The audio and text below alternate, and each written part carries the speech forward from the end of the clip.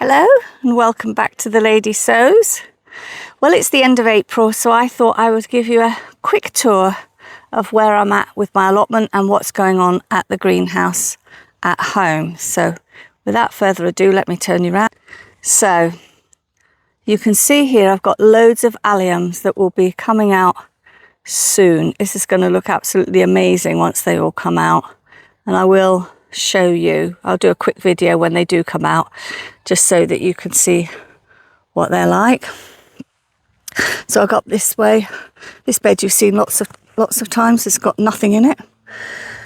These are the onions that I planted a couple of weeks ago. As you can see, they're really coming along. I've got to need to put hoops under this netting. Had fleece on for a couple of weeks because it was so windy. In here I've got beetroot and fennel and spinach and more beetroot and more spinach and the purple sprouting broccoli, which has just about come to the end. I'm going to be excuse me, picking the rest of this today to take home. Now, I'm not sure whether this fennel will do anything much. Some things I find work better in the autumn than in the spring, and fennel's one of them. Here are some peas called Blauschocker. The seed was given to me by a friend, and she got the seeds from another plot holder. So they're purple podded. I've never grown them before, and they're supposed to have flowers on them similar to sweet peas. So we will see. In here is the garlic. The net will be coming off of these at the end of the month, although I have got carrots in here, not that you can see them because they're very tiny. And this, you will remember, I sowed some parsnips not that long ago. Well, they're starting to come out up. Let's see if I can zoom in, or let me lift the net up a bit and then you can see. There, see? Two little parsnips there and a few more there. So they're coming up. Oh goodness, I'm going to fall over. They're coming up. I was looking at the fruit bushes. I've got black currants here. As you can see, lots of fruit on the black currants, and same with the red currants. The red currants are loaded with fruit, and I've got one or two gooseberries, I think. Yeah, one or two little gooseberries on here. The blueberries are just coming into flower, so they won't be showing signs of any fruit for a while. I've got the red onions that have been overwintered, which are beginning to bulb up. As I say, by the end of the month, I can take all the net off the onions because the risk of allium leaf miner has disappeared. These are still waiting. This bed is still waiting for homemade compost, and it's going to have borlotti beans in it and runner beans in it, and I shall be sowing those later. I've started to create the raised beds in my polytunnel. Now I'm just netting this because we're not allowed polytunnels, but and so I'm netting this, and my plan is that down these sides, on both sides, I haven't put this one in yet, but they will have the peppers and chilies and aubergines in, and along the back here is where I'm going to be growing my giant onions. And I've been thinking about how best to stake them and keep the flags leaves off the ground, and I've come up with an idea. I'm not going to say too much about it at the moment because until I've tried it out, I'm not sure it's going to work, but I will show you if it does work. The rhubarb, I must pick some of this rhubarb. I can't pick a lot of it because it's only its second year, but it's looking rather splendid. Probably could do with some water. I'm praying for rain. This frame here, if I move back a bit, this frame here, I am actually going to grow Greek soup beans on it. They're a really giant bean, tastes like a butter bean, absolutely delicious. My artichoke, which I've had for donkey's years, is coming along. This is my husband's dahlia bed, needs a good weed. Still haven't sorted this bed out because of all these flipping alliums, but they are beginning to come into flower. I'm going to pick them, take them home, and then I can tackle this bed. The strawberries that I planted are, well, coming along is, I suppose, the best I can really say about it. I did plant one row of early potatoes, second early potatoes here, Jazzy, and they've come through, and looking at the leaves, they've been caught a bit, so I to keep an eye on the weather, because it's still very cold at night. Very cold at night. This is the asparagus bed. I've actually picked a lot of asparagus from here. I'm picking it every couple of days, to be honest with you. So I think I've lost one plant. I think I've lost one plant, and that was here.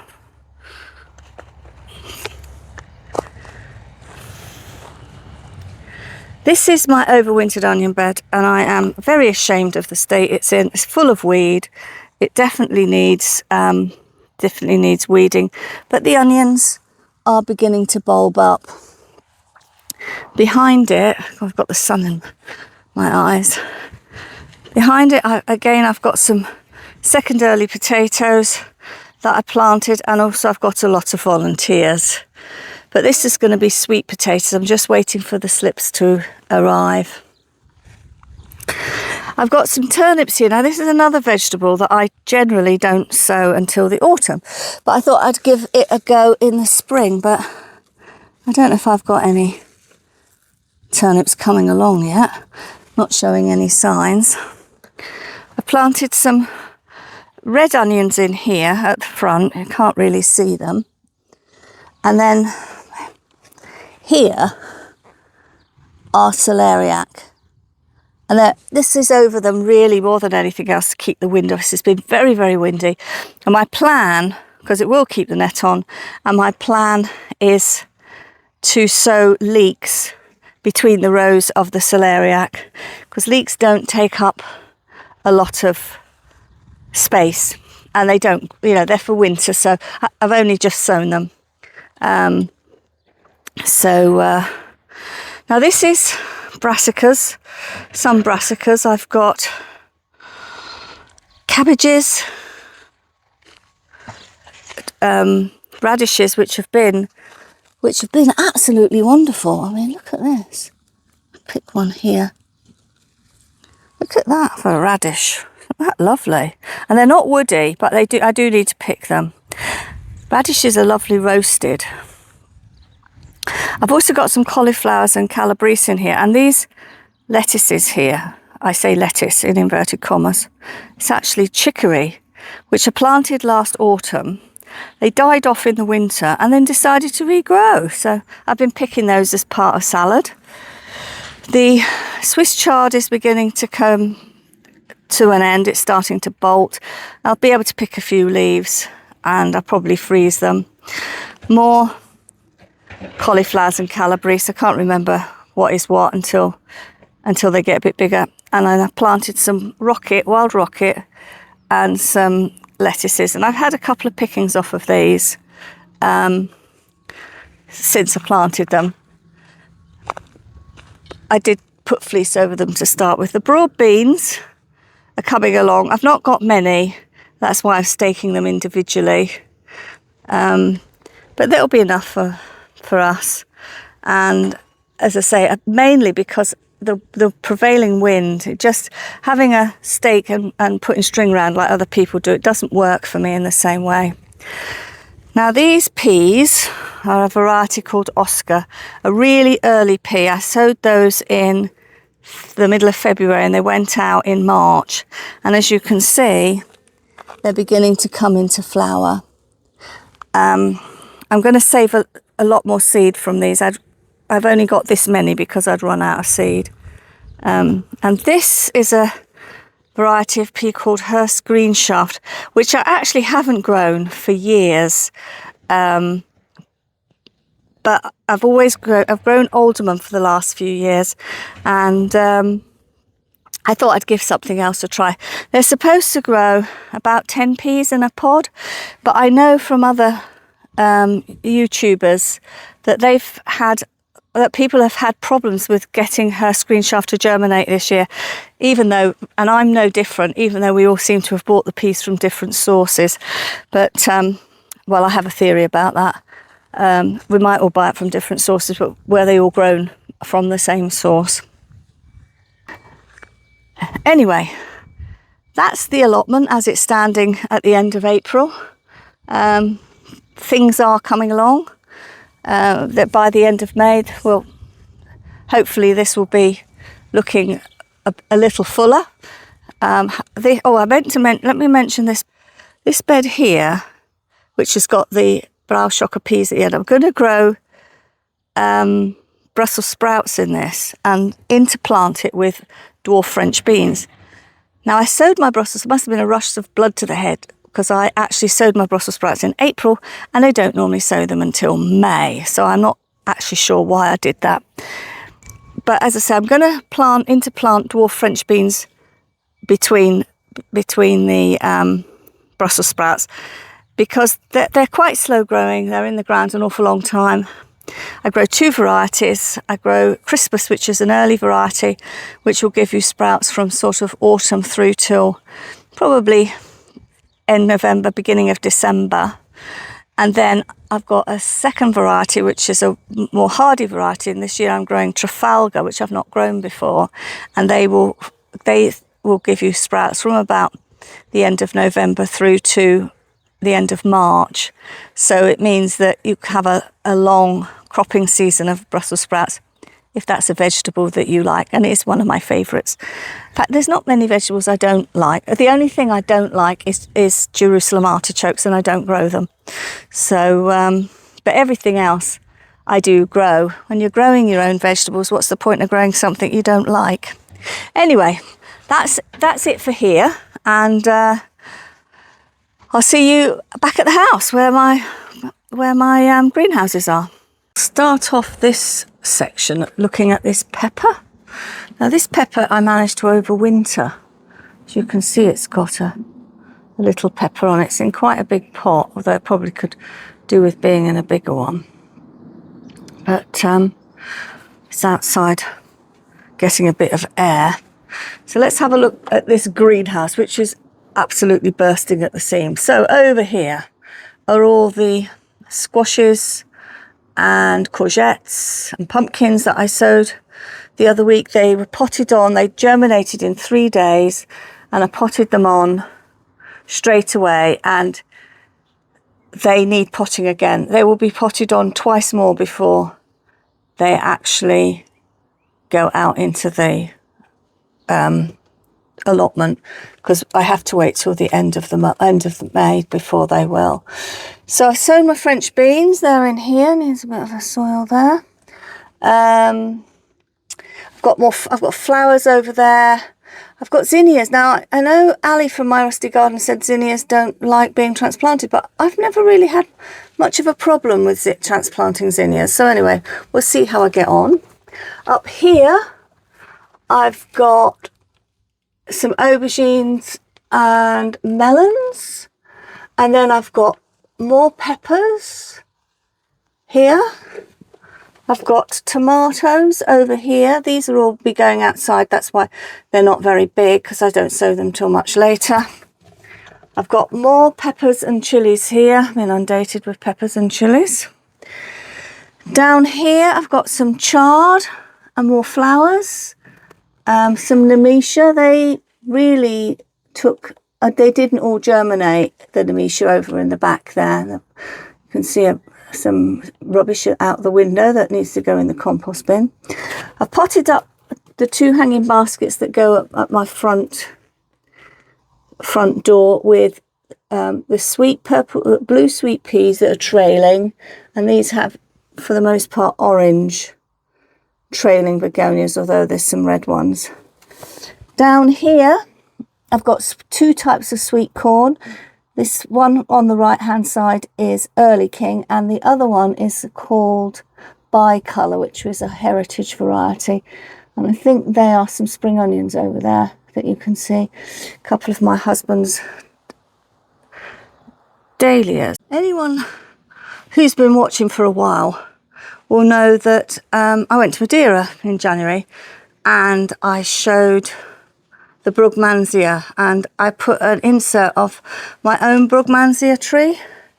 Well, unfortunately, it didn't survive the winter, but I had taken some cuttings. I've got to sort of get to see if I can find a better angle. Well, these are two of the cuttings. I took 3 cuttings in total. I gave one to my brother-in-law, and I've grown these 2 on, and one of them I am giving to Jason from Allotment of the Dead. I'm going down to Gardeners World Live in June and staying with a friend who lives in Kenilworth, which is not a million miles away from Warwick. So I've arranged with Jason to take one of these down to him. They need potting up now into 5-litre pots, which I have got, so I may do that this afternoon. But Jason, if you're watching, here's one of these is yours. Come round to this greenhouse, and these were the potatoes that were just poking their heads through the soil at the end of last month. These need to come out of here now, but we are still getting very cold temperatures. It was only 2 degrees in the greenhouse last night, so probably 1 degree outside. A couple of my giant onions that still look like leeks. What have I got here? More melons, watermelons, more peppers and chilies, and some aubergines. Now these are my giant onions. They are beginning to fatten up at long last. Still look like leeks though, so there's that one there. These are all going to be going in, well, a couple of them are going in here to be mollycoddled, and the rest of them are going down to the allotment to fend for themselves. And then finally I've got this grow tent here. I've got these sprouts that I planted. It's these that I planted in April by mistake, so they'll be going out in the next few days. And then these are some autumn leeks. I don't grow a lot of autumn leeks. I've sown the winter leeks, did that the other day, and they're the leeks that will be going, both them and the winter leeks, going between the celeriac. And then the rest is flowers. I grow lots and lots. Oh, there's some basil down there. And I've grown that one in the back on the right hand side. That is, what is it? I've forgotten all of a sudden. Chervil. Not sure what you do with chervil. If anybody's got any ideas, perhaps they could let me know. The basil art isn't doing particularly well. I've potted it up again, probably because it's been too flipping cold out here. So anyway, that's where the all is at the end of May. I'm sure, at the end of April, sorry. I'm sure by the end of May it's going to be, well, at least the greenhouses will be empty with any luck, but the allotment should be really packed with plants then, ready to go as soon as I know that the weather's warming up. And I've got to leave it at least another 2 weeks because I just can't trust it. Known frost at the end of May, lost a load of French beans as a result of that. So this afternoon I am going to plant my borlotti beans and runner beans and Greek soup beans. The 2 of the Greek soup beans plants I will plant here in the garden because runner beans cross-pollinate, and a soup bean is part of that family. Unlike French beans, borlotti beans, they don't cross-pollinate, and I want the seed for next year's seed. So I'll grow 2 plants here, which will give me enough seed for next year, because I put the allotment, they'll just cross-pollinate with everybody else's runner beans. Anyway, thanks very much for watching, and I'll hope to catch you another time. Bye for now. Bye.